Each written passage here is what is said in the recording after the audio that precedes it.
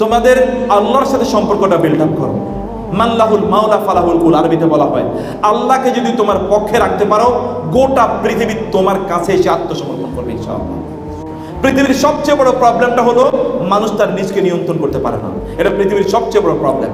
তুমি তোমার নিজকে নিয়ন্ত্রণ করা শেখো, তোমার নিজকে নিয়ন্ত্রণ করা শেখো। অপ্রয়োজনীয় কথা বলা থেকে তোমার নিজকে তুমি রক্ষা করো। আমি হাদিসের এই কথা দিয়ে শুরু করেছিলাম, মিন হুসনি ইসলামিল মারই তারকুহু মা লা ইয়ানি। একজন মুসলিমের তার দ্বীনের শ্রেষ্ঠত্ব হচ্ছে যে অপ্রয়োজনীয় জিনিস থেকে সে তার নিজকে বিরত রাখে। আমি তোমাদেরকে একটা ফর্মুলা বলে যাই, তোমরা কতটুকু ইংরেজি জানো আমি জানি না, কিন্তু আমি বিশ্বাস করি গিয়াসউদ্দিন স্যার যে স্বপ্ন দেখেন তোমরা অনেক স্মার্টলি ইংলিশ বলবে, এটা স্যার নিশ্চয়ই সেভাবে এখানকার আয়োজন করেছেন। এবং তোমাদের নিজেকে, আমি ইংরেজি ভাষা শিখলে তুমি অনেক ভালো চাকরি পাবে এবং লোকেরা তোমাকে বলে ইজ স্মার্ট, ভেরি স্মার্ট, আমি এই জন্য বলছি না। তুমি যদি ভাষা শেখো, কমপক্ষে তুমি এর মাধ্যমে মানুষের কাছে মানবতার মেসেজগুলো কমিউনিকেট করতে পারবে। মোস্ট অফ দ্য পিপল, যেহেতু এটা international language, it has become common day language, এটা এখন কমন প্লেস ল্যাঙ্গুয়েজ হয়ে গেছে, প্রত্যেকেই কিছু না কিছু বুঝে।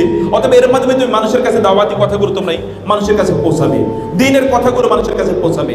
এই জন্যে তুমি ভাষাটি শিখবে। আমি তোমাদেরকে বলি, যদি তোমরা কমপক্ষে এই তথাকথিত আনপ্রোডাক্টিভ ওয়ে থেকে তোমাদের সময়কে ডেইলি 1 ঘন্টা কাট অফ করে যদি তোমরা এই ভাষা শেখার জন্য ব্যবহার করো, তোমরা, আমি গ্যারান্টি দিচ্ছি তোমাদেরকে, তোমরা 6 মাসের মধ্যে ইংরেজি ভাষার জাহাজ হয়ে যেতে পারবে ইনশাআল্লাহ।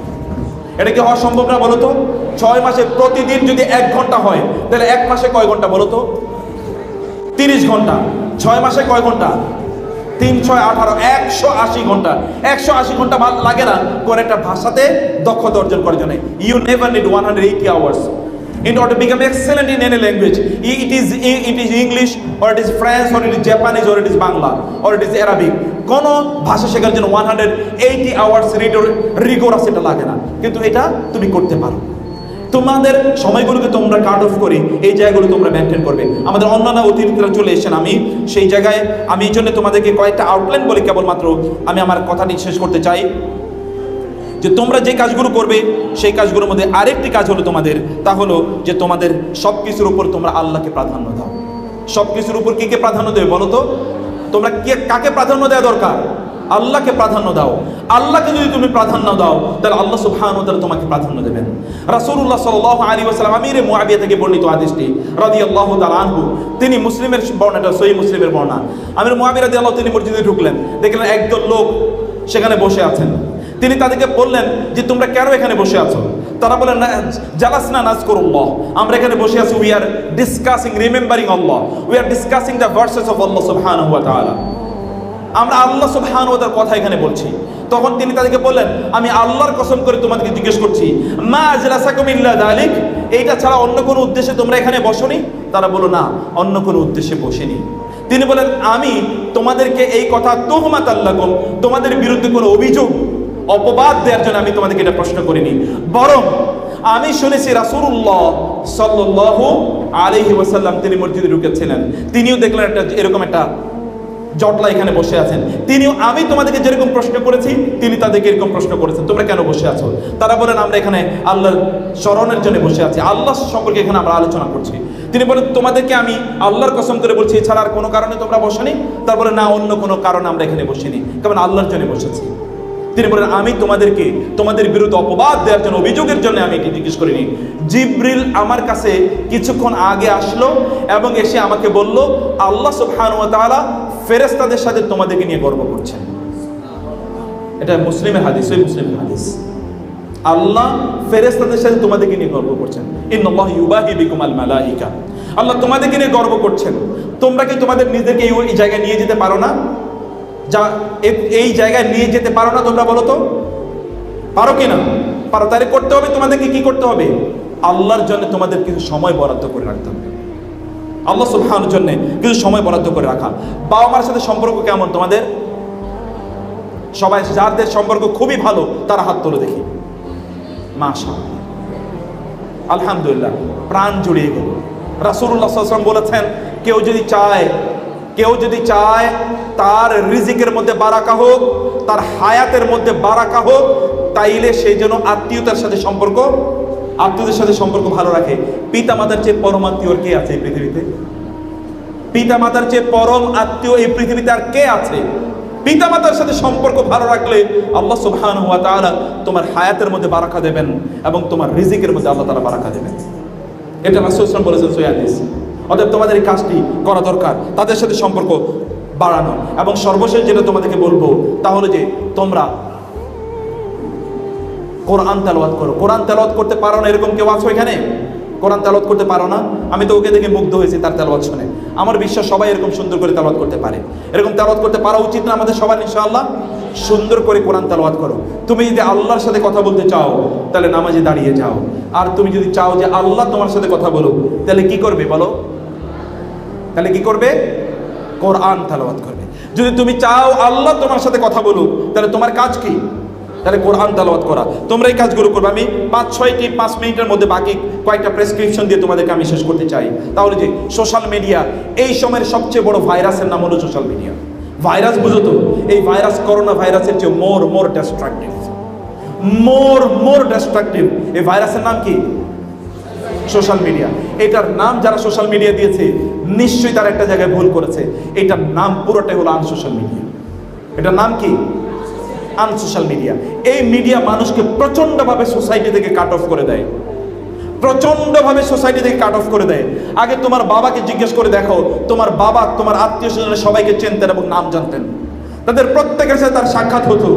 এবং তোমার বাবার বিপদ হলে, তোমার দাদার বিপদ হলে কমপক্ষে 10টা লোক এগিয়ে আসতো দৌড়ে।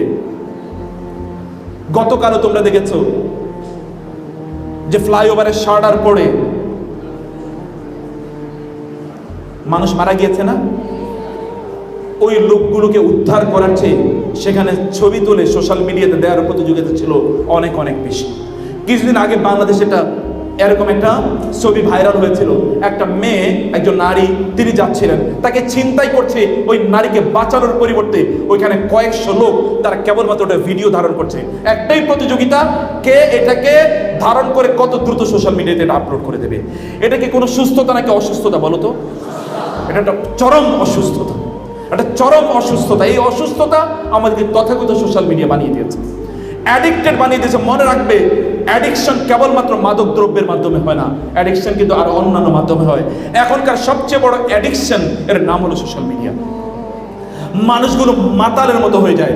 তোমরা দেখবে যে এরকম হাজার হাজার ঘটনা, পাশাপাশি দুজন বসে তারা বাসে হতে যাচ্ছে বা প্রাইভেট পাবলিক কোনো তারা ট্রান্সপোর্টে তারা যাচ্ছে, 5 ঘন্টা 6 ঘন্টা দুজন পাশাপাশি বসে আছে, একটা শব্দ দুজন মাঝে বলে না।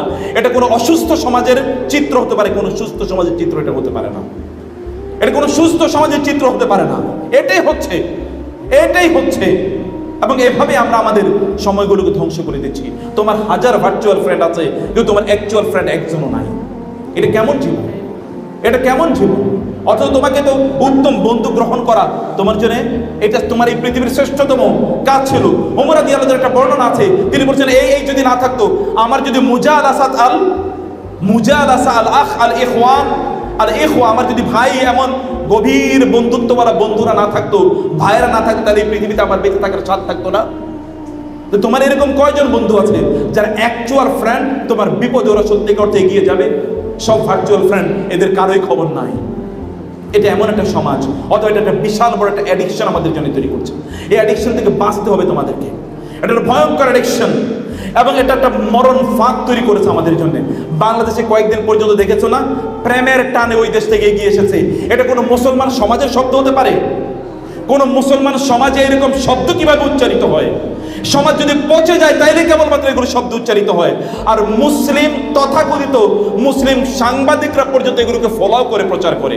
আবার অনেকে এটাকে নিয়ে তারা এগুলো কিনে মজা তারা দেখে, এবং এগুলো অসুস্থ একটা সংস্কৃতি সমাজে তৈরি করে দিচ্ছে। কোত্থেকে এগুলো আসলো? এই তথাকথিত সোশ্যাল মিডিয়া পরিবারগুলোকে ধ্বংস করে দিচ্ছে। পরিবারগুলোকে তোমরা তো ছোট মানুষ, এখনো তোমরা অনেক কিছু জানো না। বাংলাদেশের পরিবারগুলো প্রায় বিধ্বস্ত অবস্থায় আছে। এই সোশ্যাল মিডিয়া, বাংলাদেশের মতো একটা কনজারভেটিভ সোসাইটিতে সোশ্যাল মিডিয়া যদি এমন করতে পারে, তাহলে অন্য দেশগুলো যেখানে কোনো পারিবারিক কোনো বন্ধনই নাই, সেখানে কোনো ফ্যামিলি বন্ডিংই নাই, ওই সমাজগুলোর অবস্থা কি বলো? সেগুলো আরো ধ্বংসের দ্বার প্রান্তে গিয়ে গিয়েছে। সেগুলো ধ্বংসের দ্বার প্রান্তে চলে গেছে। এগুলো থেকে বাঁচার জন্য তোমাদেরকে সোশ্যাল মিডিয়া, এই আনসোশ্যাল মিডিয়া, এগুলো থেকে তোমাদেরকে দূরে থাকতে হবে। এই গোটা পৃথিবীকে অস্থির করে রাখছে এই তথাকথিত সোশ্যাল মিডিয়া। বিশ্বাস করো, গোটা পৃথিবীকে অস্থির করে রাখছে। এত মিথ্যাচার কেবলমাত্র সোশ্যাল মিডিয়ার মাধ্যমে ছড়ায়, কেবলমাত্র সোশ্যাল মিডিয়ার মাধ্যমে ছড়ায়। আচ্ছা, সোশ্যাল মিডিয়ার এত সংবাদ জেনে তোমার লাভ কি? তুমি তো তোমার নিজের ব্যাপারেই জানো না। সক্রেটিস নাকি বলেছে নো দাই সেলফ। এটা সক্রেটিস বলেছে না কে বলেছে আমার জানা দরকার নাই। আল্লাহ সুবহানাহু বলেছেন তুমি তোমার নিজের ব্যাপারে, অফি আনফুসিকুম, তোমার নিজের ব্যাপারে তুমি চিন্তা করো। আমার নিজের ব্যাপারে কি আমি কখনো চিন্তা করেছি? আল্লাহ সুবহানাহু ওয়া তাআলা বলেছেন ইয়া আইয়ুহাল ইনসান মা গাররাকা বিরাব্বিকাল কারীম আল্লাযী খালাকাকা ফাসাওয়াকা ফাআদালাক ফালইয়ানজুরিল ইনসানু মিম্মা খুলিক খুলিকা মিন মাইন দাফিক ইয়াখরুজু মিন বাইনিস সুলবি ওয়াত তারাইব। আল্লাহ তাআলা বলেছেন মানুষ তার নিজের সৃষ্টি সম্পর্কে চিন্তা করা দরকার। তাকে আমি কি থেকে সৃষ্টি করেছি, আমি তাকে কি থেকে সৃষ্টি করি? তুমি তো তোমার নিজেরই জানো না। তুমি গোটা পৃথিবী জেনে তোমার লাভ কি?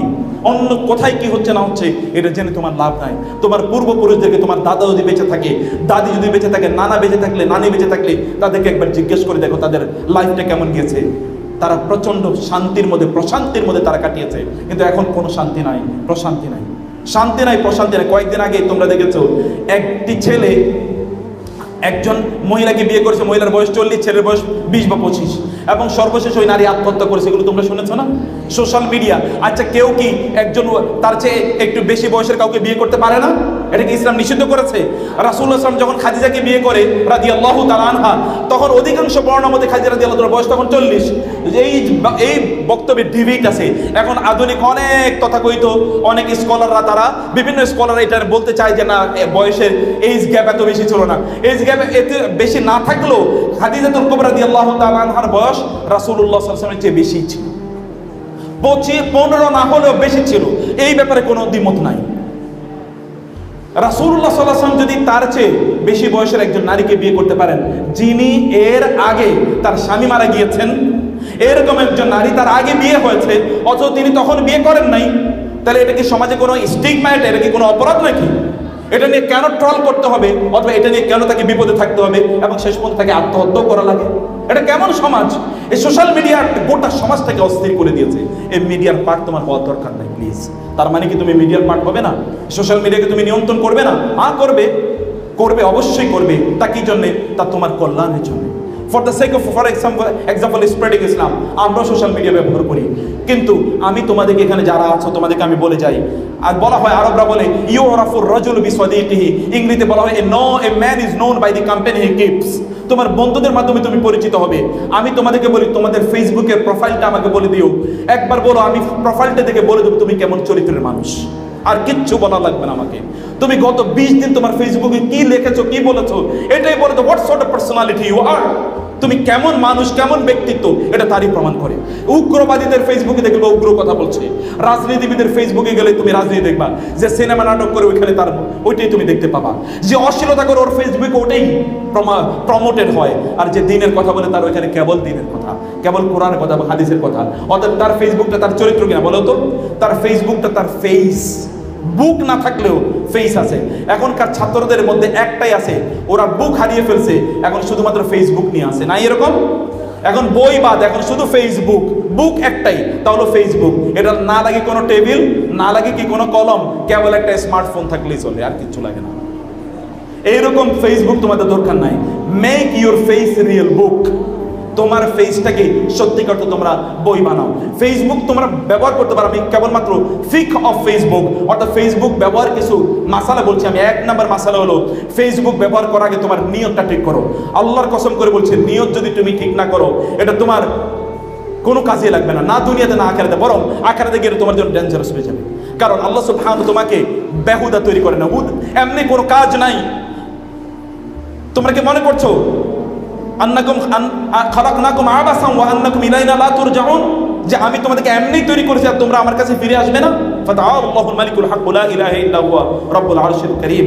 আল্লাহ সুবহানাহু ওয়া তাআলা একটা বিশাল অবজেক্টিভ নিয়ে তোমাকে তৈরি করেছে। তুমি কেন সোশ্যাল মিডিয়া ব্যবহার করো, কেন ইউটিউব ব্যবহার করো, কেন ফেসবুক ব্যবহার, হোয়াট ইজ ইউর ইন্টেনশন?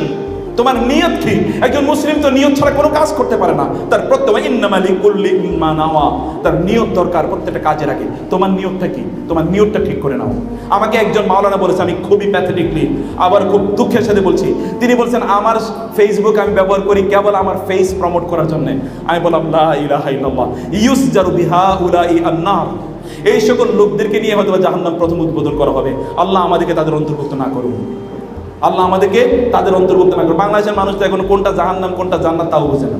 গতকাল একজন দোয়া করছে, আল্লাহ আমাকে তুমি জাহান্নামে একটা ভালো জায়গায় স্থান দিও। দোয়া করেছে না? কোনটা জান্নাত কোনটা জাহান্নাম এটাও বুঝে। কত বড় জাহেল হতে পারে মানুষ। আমি তোমাদেরকে বলছি যে তোমাদের সত্যিকার অর্থে তোমাদের বোঝা দরকার যে তুমি কেন এটা ব্যবহার করো, তোমার ইন্টেনশনটা কি, তোমার নিয়তটা কি।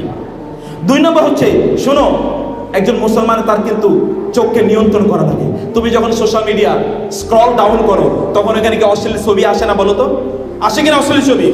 আর রাসূল বলেছে ফাইন্না জিনাল আইনি আন-নাসরু, তুমি চোখ দিয়েও তো জেনা করছো, তুমি তো বুঝতেই পারো না। ফেরেশতারা যে লিখে রাখছে তুমি জেনা করছো, তুমি বুঝতেও পারো না।